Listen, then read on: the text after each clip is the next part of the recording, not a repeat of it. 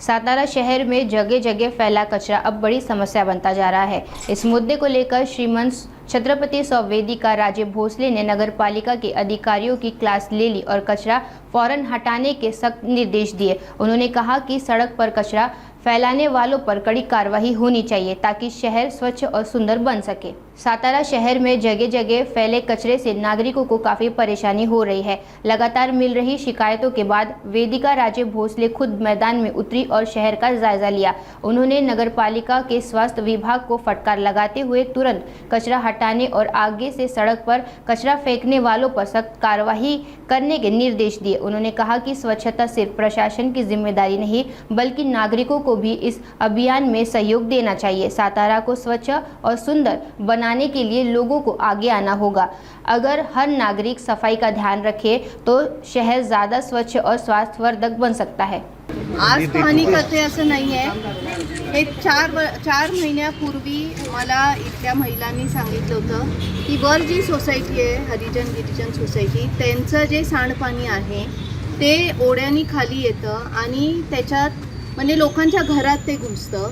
जो 8-10 वर्ष झाले नगरपालिकेला हे सांगून पण त्याच्यावर काहीही कारवाई झालेली नव्हती। त्याच्यानंतर बापट साहेब मला म्हटले की त्याची कारवाई आम्ही करतोय, तिथं आम्ही पूर्ण बंदिस्त बांधकाम करतोय। त्याच्यावर त्यांचं म्हणजे नागरिकांचं असंही म्हणणं होतं की ते लोक कचरा टाकतात, घाण टाकतात, वारंवार सांगून पण ते उचललं जात नाही। म्हणून आज त्यांच्या सांगण्यावरून त्यांच्या सांगण्यावरून मी आज आली आहे। ते खरंच तशी परिस्थिती आहे का बघायला आणि खरंच ती परिस्थिती आहे म्हणजे त्यांचं सांडपाणी ह्या लोकांच्या घरात जाऊन त्यांनी का सोसावं। आणि हे पाईपलाईन मंजूर आहे पण ती 2 फुटाची मंजूर पाईपलाईनमध्ये काही उपयोग होणार नाही कारण का परत ते पाणी अडणार आहे, ते तुंबणार आहे पुढे येऊन आणि परत त्या लोकांच्या घरात ते घुसणार आहे। तर ह्याच्यावर कायमचा तोडगा काहीतरी निघाला पाहिजे। बापट साहेबांनी सांगितले की आम्ही ती पाईपलाईन मोठी करतो, ज्या तिथं वर 2 टाक्या आहेत सॅनिटेशनच्या त्या पण मोठ्या करतो म्हणजे ती त्यांना म्हणजे तशी सुविधा होईल। पण त्याच्याहून जास्त माझं म्हणणं आहे की ज्या सोसायट्या असं त्यांचं सांडपाणी बाहेर सोडतात, दुसऱ्या नागरिकांना त्रास होतो, त्या सोसायट्यांवर कारवाई व्हावी। जिथं जिथं लोक बाहेर कचरा टाकतात त्या लोकांवर कारवाई व्हावी कारण का कुठलाही गरीब माणूस स्वतःचा कचरा बाहेर टाकत नाही, त्यांच्याकडे तेवढा कचरा करायचे पैसेच नसतात।